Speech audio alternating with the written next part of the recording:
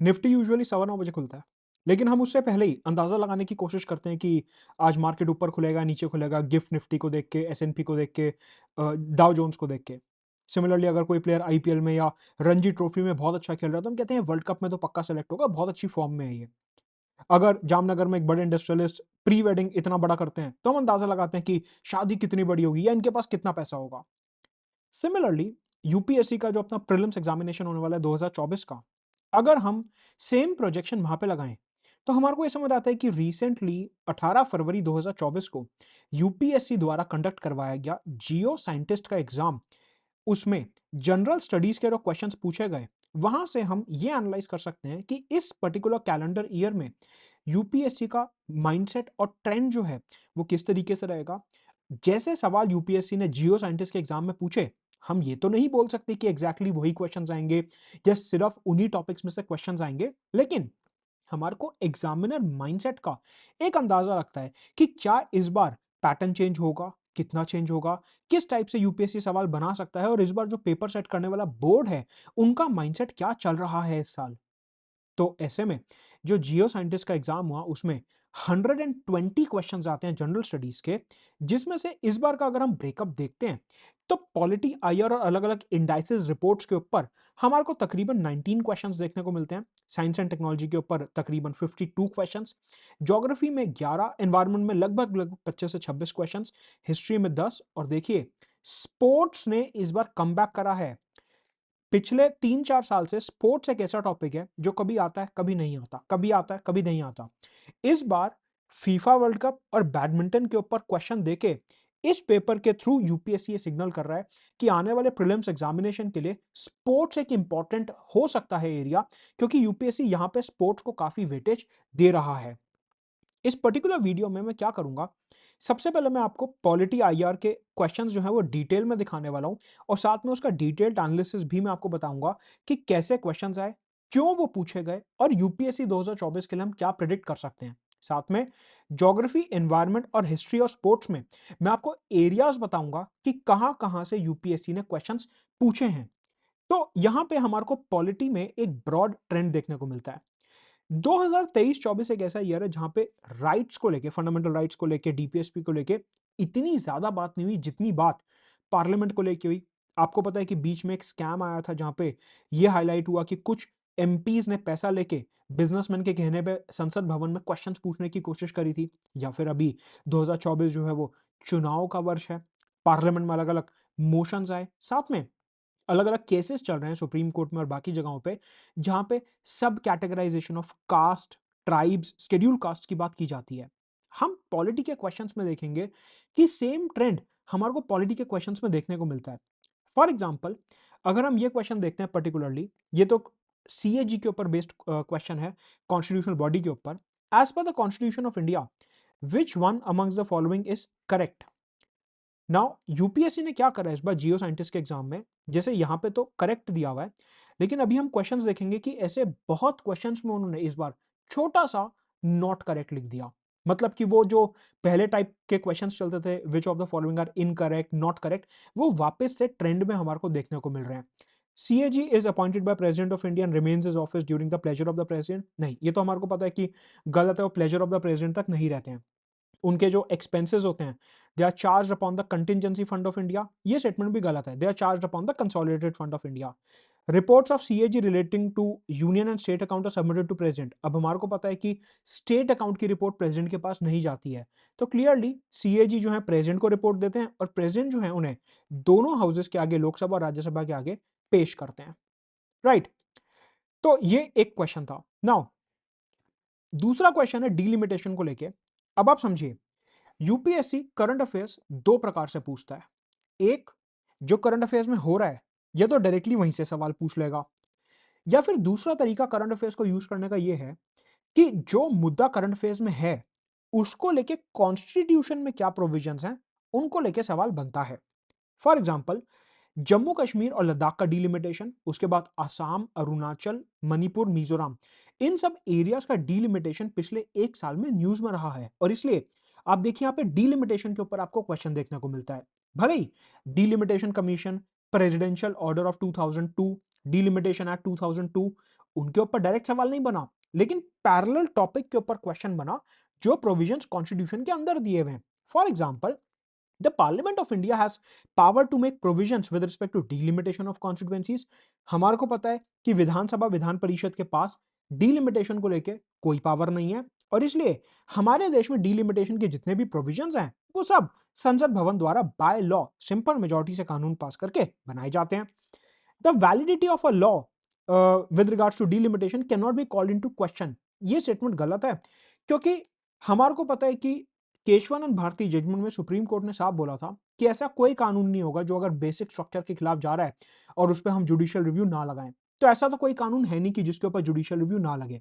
Basically यहाँ पे clause ये होता है कि डिलिमिटेशन कमीशन की जो रिपोर्ट होती है आप उसको कोर्ट में चैलेंज नहीं कर सकते, लेकिन जो डिलिमिटेशन का कानून है उसकी तो जुडिशियल रिव्यू हो ही सकता है। तो अपना इसका आंसर ए होगा।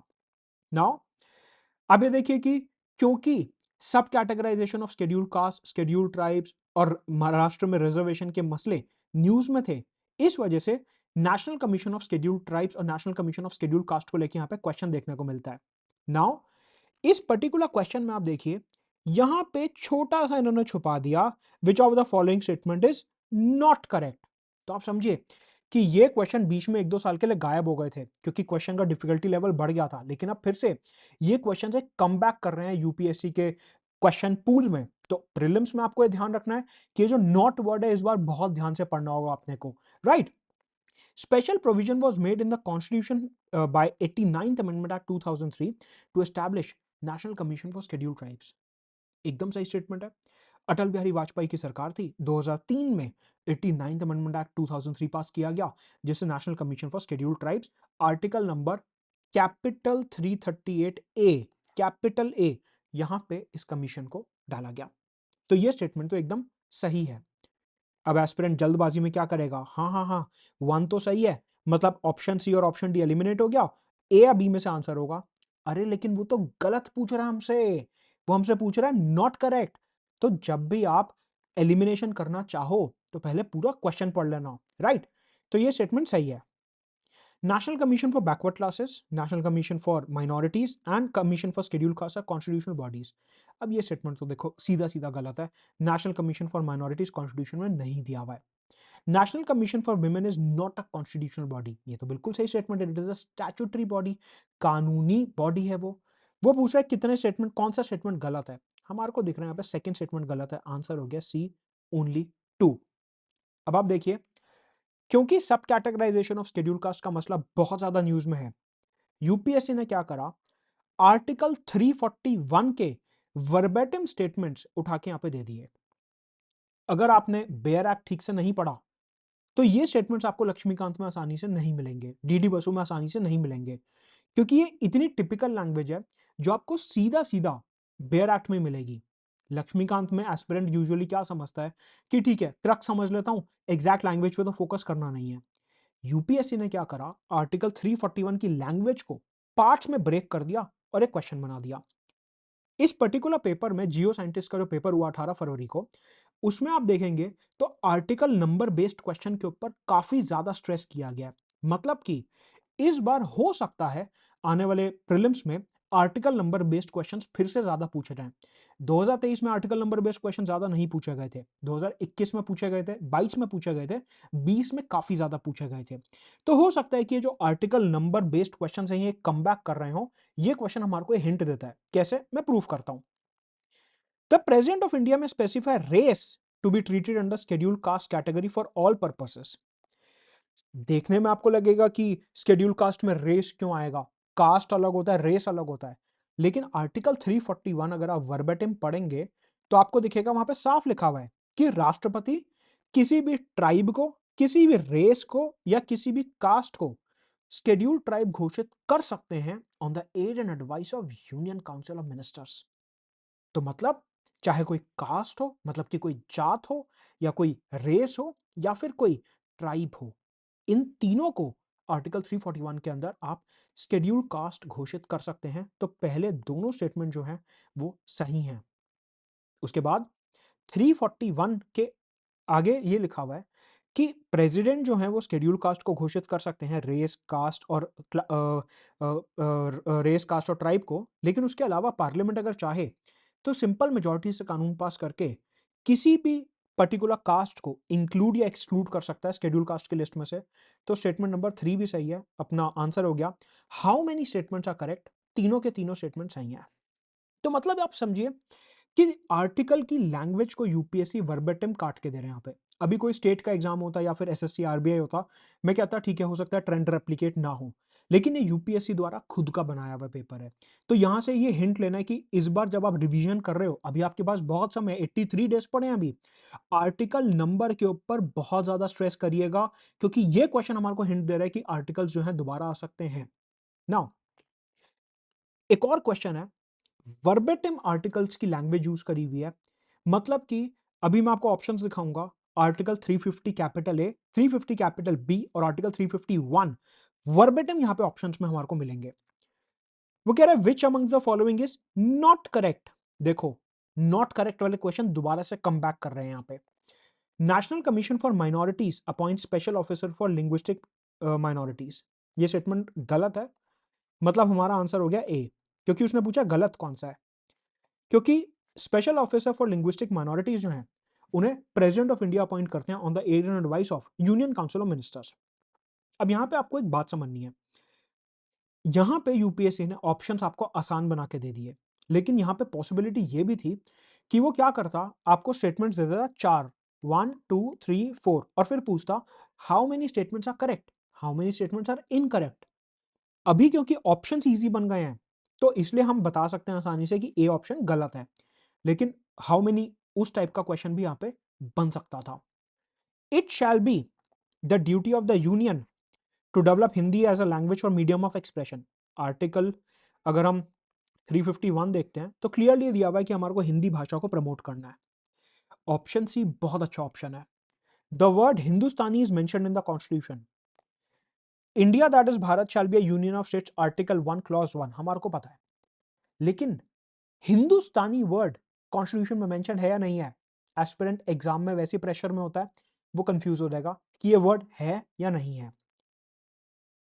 अब इसे आप लिंक करिए कि अगर हमारे को इस टाइप का क्वेश्चन बनता, how many statements are incorrect, only one statement, only two statements, only three statements, all four statements, तो फिर ऑप्शन नंबर सी में आप कंफ्यूज हो रहे थे और आपको समझ नहीं आता कि ये सही है गलत है, आपको ये स्किप करना पड़ता है, तुक्का मारना पड़ता। आर्टिकल 351 के अंदर वर्बेटिम लाइन दी गई है कि हिंदुस्तानी कल्चर को प्रमोट करने के लिए हमारे को हिंदी भाषा को प्रमोट करना है। तो वर्ड हिंदुस्तानी जो है आर्टिकल 351 के अंदर वर्बेटिम मेंशन्ड है। तो आप ये समझिए कि आर्टिकल्स का इंपॉर्टेंस दोबारा से कम बैक कर रहा है। मैं बार बार इस बात पर स्ट्रेस कर रहा हूं कि पॉलिटी की रिवीजन के टाइम आर्टिकल नंबर और उनके अंदर का कंटेंट बेयर एक्ट से एक बार जरूर रिवाइज कर लीजिएगा। Option D, every state shall endeavor to provide instructions in mother tongue and primary stage of education belonging to minority groups।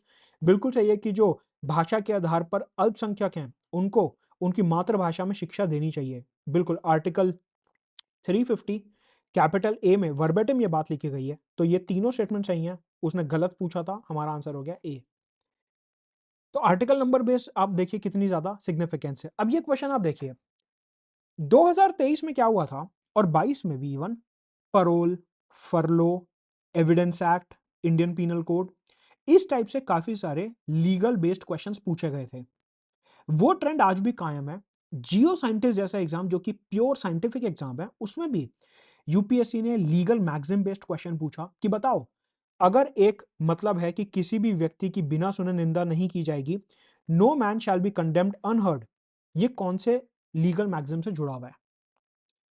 अब आप यहाँ पे बोल सकते हो कि सर हम लॉजिक लगा सकते हैं कि यहाँ पे अनहर्ड आ रहा है। हर्ड मतलब ईयर, सुनना, audi, basically audi is word related to सुनना कुछ, ऑडिटरी नर्व्स। तो हाँ सर, यहाँ पे ऑडी अल्ट्रम पैटर्म आ रहा है, हो सकता है कि ये आंसर हो। आप इस तरीके की कोई तुक्केबाजी कर सकते हो, लेकिन अगेन एग्जाम में इतना स्ट्रेस, इतना प्रेशर होता है, तो मैं ये अज्यूम करता हूँ कि आप ये शायद ना कर पाओ। वीडियो में मेरे लिए बैठ के बोलना बहुत आसान है कि हाँ ये कर लेना, कॉमन सेंस है, लेकिन जब एग्जाम हॉल में एकदम युद्ध चल रहा होता है तो उस टाइम पे दिमाग नहीं चलता। मैं ये बात समझता हूं आपकी। तो ऐसे में लीगल मैक्सिम जो है, ये ऑडी अल्ट्रम पार्टम जो है, ये न्यूज में भी रहा था। कई सारे ऐसे फ्रॉड के केसेस थे और बैंक बेस्ड केसेस थे, लोन्स के केसेस थे, जहाँ पे सुप्रीम कोर्ट ने वर्ड यूज़ करा था ऑडी आल्ट्रम पार्टम। तो इसका आंसर डी होगा। हेबियस कॉर्पस तो हमारे को पता ही है। बाकी ऊपर वाले दोनों जो हैं वो डबल जियोपार्डाई से रिलेटेड हैं कि एक ही व्यक्ति को 2 बार पनिशमेंट नहीं मिलनी चाहिए। तो again legality based questions, legal system based questions जिनका ट्रेंड 2022-23 में देखने को मिला, वो हो सकता है कि 24 में भी देखने को मिले। अब आप ये देखिए, ये वाला जो स्पेसिफिक क्वेश्चन है, ये थर्ड शेड्यूल तीसरी अनुसूची के ऊपर बेस्ड सवाल है और इतना बारीक सवाल बनाया है कि अगर आपने थर्ड शेड्यूल वर्बेटिम नहीं पढ़ा, ये क्वेश्चन नहीं हो पाएगा सॉल्व। मतलब कि सबको पता है कि थर्ड शेड्यूल के अंदर ओथ और एफर्मेशन दी हुई है, अलग अलग प्रकार की जो शपथें हैं वो हमारे को दी हुई हैं। लेकिन यहां पे जो क्वेश्चन बना है वो शपथ के कंटेंट के ऊपर बना है कि जो अलग अलग डिग्निटरी शपथ लेते हैं वो शपथ में क्या बोलते हैं, ये क्वेश्चन उसके ऊपर बना है। लक्ष्मीकांत या डीडी बसु में आपको वो शपथें नहीं मिलेंगी।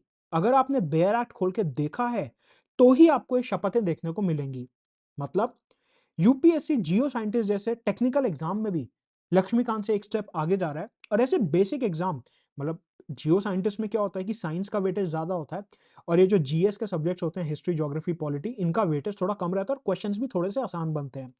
वो वाले क्वेश्चन सपोजिटली जो आसान होते हैं वो भी लक्ष्मीकांत से नहीं निकल रहे हैं। तो आप देखिए यहाँ पे वो कह रहा है थर्ड शेड्यूल के अकॉर्डिंग क्या सही है। Member of parliament is free to take oath in the name of God, कि भगवान के नाम पे वो शपथ ले सकते हैं। ये स्टेटमेंट बिल्कुल सही है। अगर हम शेड्यूल 3 खोल के पढ़ें तो वहां पे दिया हुआ है कि solemnly affirm in the name of God, ऐसा दिया हुआ है। तो पहला स्टेटमेंट जो है वो सही है। सेकंड, कि जो सुप्रीम कोर्ट के जज होते हैं उन्हें संविधान के नाम पे शपथ लेनी होती है, ये स्टेटमेंट गलत है। उन्हें भी भगवान के नाम पर ही शपथ लेनी होती है। I swear in the name of God, इस तरीके से सुप्रीम कोर्ट जजेस के लिए भी शपथ दी हुई है। तो आंसर होगा ए। ये क्वेश्चन का आंसर आप सिर्फ तब दे सकते हो जब आपने बेयर एक्ट अच्छे से पढ़ा होगा। और ये मैं नहीं कह रहा, यूपीएससी का ट्रेंड आपको कह रहा है। अब आप देखिए कि पार्लियामेंट जो है, इतने सारी वाक्य हुए पूरे साल में जहां पे अलग अलग एमपीज का स्कैम सामने आया, डिस्क्वालिफिकेशन ऑफ एमपीज हुआ, इस तरीके से। तो पार्लियामेंट बेस्ड यूपीएससी 2-3 लगातार क्वेश्चंस पूछा यहाँ पे। अब आप ये समझिए कि इसी ट्रेंड को अगर हम आपके प्रीलिम्स 2024 के लिए एक्स्ट्रापोलेट करते हैं तो पार्लियामेंट एक ऐसा चैप्टर है जो बहुत ज्यादा इंपॉर्टेंट हो जाता है। क्यों? एक तो क्वेश्चंस वगैरह, डिबेट्स वगैरह तो चलती ही रहती हैं, बिल्स वगैरह पास होते रहते हैं, लेकिन पार्लियामेंट में अभी राज्यसभा के चुनाव हुए, उसमें क्रॉस वोटिंग इन राज्यसभा काफी ज्यादा न्यूज में रहा, जिसकी वजह से हिमाचल प्रदेश में अलग अलग एमएलएस का डिस्क्वालिफिकेशन भी हो गया। उसके बाद हमें देखने को मिलता है कि ये लोकसभा का लास्ट सेशन था फरवरी में, अब नई लोकसभा आएगी, स्पीकर के क्या पावर्स होते हैं, उसमें भी ओम बिरला जो कि स्पीकर हैं उनको दोबारा से कोटा से टिकट दे दिया गया है। तो स्पीकर के रोल के ऊपर वहां पे क्वेश्चन आ सकता है। डेप्यूटी स्पीकर इस लोकसभा में रहे नहीं, उनके ऊपर क्वेश्चन आ सकता है। तो पार्लियामेंट एक ऐसा मुद्दा है जो इस बार बहुत ज्यादा इंपॉर्टेंट होगा, क्योंकि इस बार लोकसभा जनरल इलेक्शंस का ईयर है। तो रिप्रेजेंटेशन ऑफ पीपल एक्ट, साथ में पार्लियामेंट में जितने मोशंस, अलग अलग ऑफिसर्स, सेक्रेटेरिएट होता है, वो काफी ज्यादा ट्रेंड में रह सकता है। ये हमारे को यहां से हिंट मिलता है। कैसे? Which one of the following is not correct? आप देखिए बार बार वो सेम ट्रेंड रिपीट हो रहा है, incorrect, not correct, not correct, छोटा सा नॉट वो छुपा दे रहा है स्टेटमेंट्स के अंदर। With respect to the type of questions asked in Lok Sabha, Lok Sabha में जैसे क्वेश्चंस पूछे जाते हैं उसमें से कौन सा स्टेटमेंट गलत है। एक जो स्टार्ड क्वेश्चन होता है is the one in which only a written answer is given, हमारे को पता है एकदम गलत है, क्योंकि स्टार्ड क्वेश्चन वो होता है जिसमें ओरल आंसर देना होता है। अनस्टार्ड क्वेश्चन वो होता है जिसमें आप रिटर्न आंसर देते हो। स्टार्ड क्वेश्चन में आप सप्लीमेंट्री क्वेश्चंस पूछ सकते हो, लेकिन अनस्टार्ड क्वेश्चंस में सप्लीमेंट्री क्वेश्चन नहीं पूछ सकते। ऑल्सो शॉर्ट नोटिस क्वेश्चंस वो होते हैं जो अर्जेंट पब्लिक इंपॉर्टेंस से जुड़े हुए होते हैं। तो बी, सी और डी सही है, ए वाला स्टेटमेंट गलत है, उसने हमसे गलत ही पूछा था। अगेन यूपीएससी अपने जीएस वाले प्रीलिम्स में 2024 में इसको और मुश्किल बना सकता है। वो ऐसे कि यहाँ पे एबीसीडी की जगह 1 2 3 4 दे देगा और कहेगा how many statements are correct, how many are incorrect. तो उस लेवल के लिए आपको यहाँ पे रेडी रहना है। सिमिलरली आप देखिए एक और क्वेश्चन पार्लियामेंट से, एक ही पेपर में 2 क्वेश्चन सेम चैप्टर से हमारे को देखने को मिलते हैं। The first hour every sitting in both the house of the parliament is question hour, ये स्टेटमेंट सही है कि पहला जो घंटा होता है वो क्वेश्चन आवर का ही होता है। तो this is correct. Questions are generally, please focus upon the word generally, यहां पे ऑलवेज नहीं लिखा, यहां पे वर्ड लिखा है generally, mostly asked by the members from the ministers. बिल्कुल सही स्टेटमेंट है। Half an hour discussions can be held only in Lok Sabha, ये स्टेटमेंट गलत है। अगर हम इंडियन पार्लियामेंट की वेबसाइट देखें, अच्छा, अगर आप ये लक्ष्मीकांत में ढूंढोगे लेटेस्ट एडिशन में हाफ एन आवर डिस्कशन के बारे में, वहां पे लोकसभा राज्यसभा के बारे में कुछ नहीं लिखा हुआ। मतलब कि ये वाला क्वेश्चन भी आप सिर्फ लक्ष्मीकांत पढ़ के आंसर नहीं कर सकते, क्योंकि मैंने लक्ष्मीकांत से इसे क्रॉस चेक करा तो हाफ एन आवर डिस्कशन के बारे में एडिक्वेट इन्फॉर्मेशन लक्ष्मीकांत में नहीं दी हुई थी। तो हाफ एन आवर डिस्कशंस जो हैं, हम पार्लियामेंट की वेबसाइट पे अगर जाके देखें तो लोकसभा राज्यसभा दोनों में होते हैं। राज्यसभा के अगर आप एफएक्यूज या रूल्स ऑफ प्रोसीजर खोल के देखोगे तो उसमें भी आपको हाफ एन आवर डिस्कशन दिख जाएगा। तो लोकसभा राज्यसभा दोनों में होता है। Questions can not be address to a private member, ये स्टेटमेंट गलत है। प्राइवेट मेंबर्स और मंत्री दोनों से ही क्वेश्चंस पूछे जा सकते हैं। तो हमारा आंसर हो गया ए, कि पहले दो स्टेटमेंट जो हैं वो सही हैं और बाद वाले दो जो हैं वो गलत हैं। तीसरा क्वेश्चन पार्लियामेंट के ऊपर, आप समझिए कि आपको चुनाव के चलते, एमपीस के स्कैम के चलते, question for cash scam, disqualification of MPs के चलते, ये पार्लियामेंट कितना ज्यादा न्यूज में रहा है कि एक ही पेपर में तीसरा सवाल है ये। मोशंस के बारे में क्वेश्चन पूछा गया है। A censure motion must specify ground on which it is based, बिल्कुल सही बात है। Censure motion can be moved against individual member, बिल्कुल सही बात है। No confidence motion can be initiated in either house of the parliament, गलत। Article 75 क्या कहता है? कलेक्टिव रिस्पॉन्सिबिलिटी सिर्फ लोकसभा में है। तो लोकसभा के रूल्स ऑफ प्रोसीजर कहते हैं कि नो कॉन्फिडेंस मोशन सिर्फ और सिर्फ लोकसभा में आ सकता है। Also no confidence motion must specify the charges against council, गलत।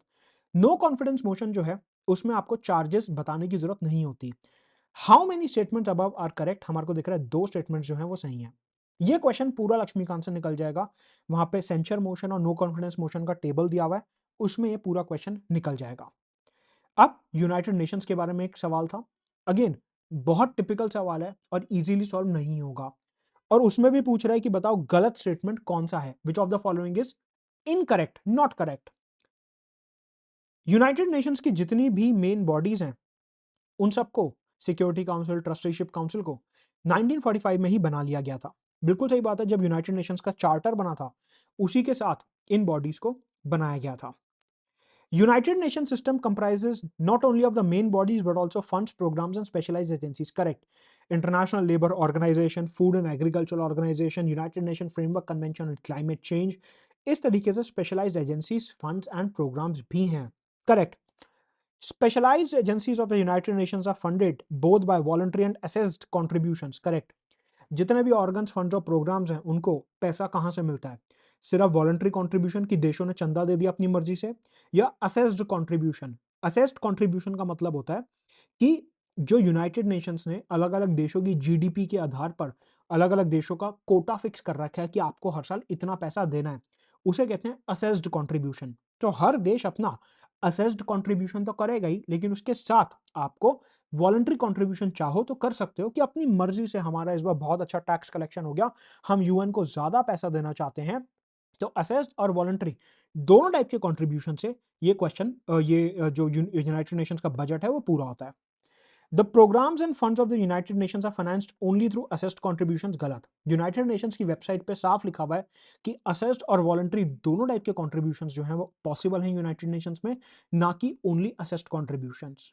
अब ये आपको आसानी से अखबार में सीधा सीधा नहीं मिलेगा, किताबों में सीधा सीधा नहीं मिलेगा, तो ये थोड़ा सा ट्रिकी क्वेश्चन है।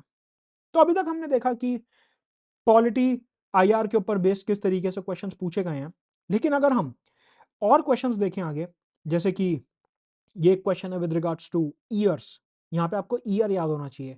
टिपिकल क्वेश्चन है कि एंटी डिफेक्शन लॉ जो है वो कब पास हुआ था, हमारे को पता है 52nd अमेंडमेंट एक्ट 1985। मिजोरम जो है वो स्टेट कब बना था, हमारे को पता है 1987 में। वोटिंग एज कब कम हुई थी, हमारे को पता है 1989 में। Maithili was added to the 8th schedule, हमारे को पता है 2003 में इसका अमेंडमेंट हुआ था। तो हमारे को इसमें क्रोनोलॉजी बेस्ड क्वेश्चन बनाना था, तो अगेन ये इस तरीके से सॉल्व होगा। सो आप ये समझिए कि यहां पे भी क्योंकि इलेक्शंस आने वाले हैं तो वोटिंग बेस्ड क्वेश्चन आ रहा है। अभी मणिपुर मिजोरम वाला वो पूरा उधर कुकी चिन और ये सब मसला चल रहा था, तो इन्होंने मिजोरम को यहाँ पे डाल दिया। रिसेंटली डिफेक्शन को लेके कई बार इधर उधर अल्टा पल्टी हुई, तो इन्होंने डिफेक्शन का डाल दिया। तो ऐसे में यहाँ पे मोस्टली उन क्वेश्चंस के ऊपर बात की जा रही है, उन मसलों के ऊपर बात की जा रही है जो न्यूज़ में काफ़ी ज़्यादा रहे हैं। अगर हम पॉलिटी और आईआर से आगे बढ़ें, तो मैपिंग के डोमेन में इन्होंने एरल सी के ऊपर क्वेश्चन पूछा कि कौन-सी कंट्री से सराउंडेड है। टक्सिला जो है वो पाकिस्तान में कौन से प्रोविंस में आता है। वालेसेस लाइन और वेबर लाइन इनके बीच में कौन सा आइलैंड लोकेटेड है, जावा, बोर्नियो, इस तरीके से। मैपिंग के ऊपर डायरेक्टली 3 क्वेश्चन देखने को मिलते हैं, तो आपको लोकेशंस जो हैं उनके बारे में ज़्यादा ध्यान रखना है। इसके अलावा ज्योग्राफी बेस्ड माउंट किलिमंजारो के ऊपर क्वेश्चन था, गैलापागोस आइलैंड के ऊपर, प्राइम मेरिडियन कौन से देशों से निकलता है, इंडिया में ग्राउंडनट कल्टीवेशन क्या है, मिल्क प्रोडक्शन इंडिया में किस प्रकार से हो रही है, बॉक्साइट की जो रिसोर्सेज है उसमें सबसे ज़्यादा कौन सी स्टेट कंट्रीब्यूट कर रही है, फोल्ड माउंटेन्स और structure of earth, core, mental, crust के बारे में क्वेश्चंस थे। एनवायरनमेंट बहुत ही नेक्स्ट लेवल पूछा था।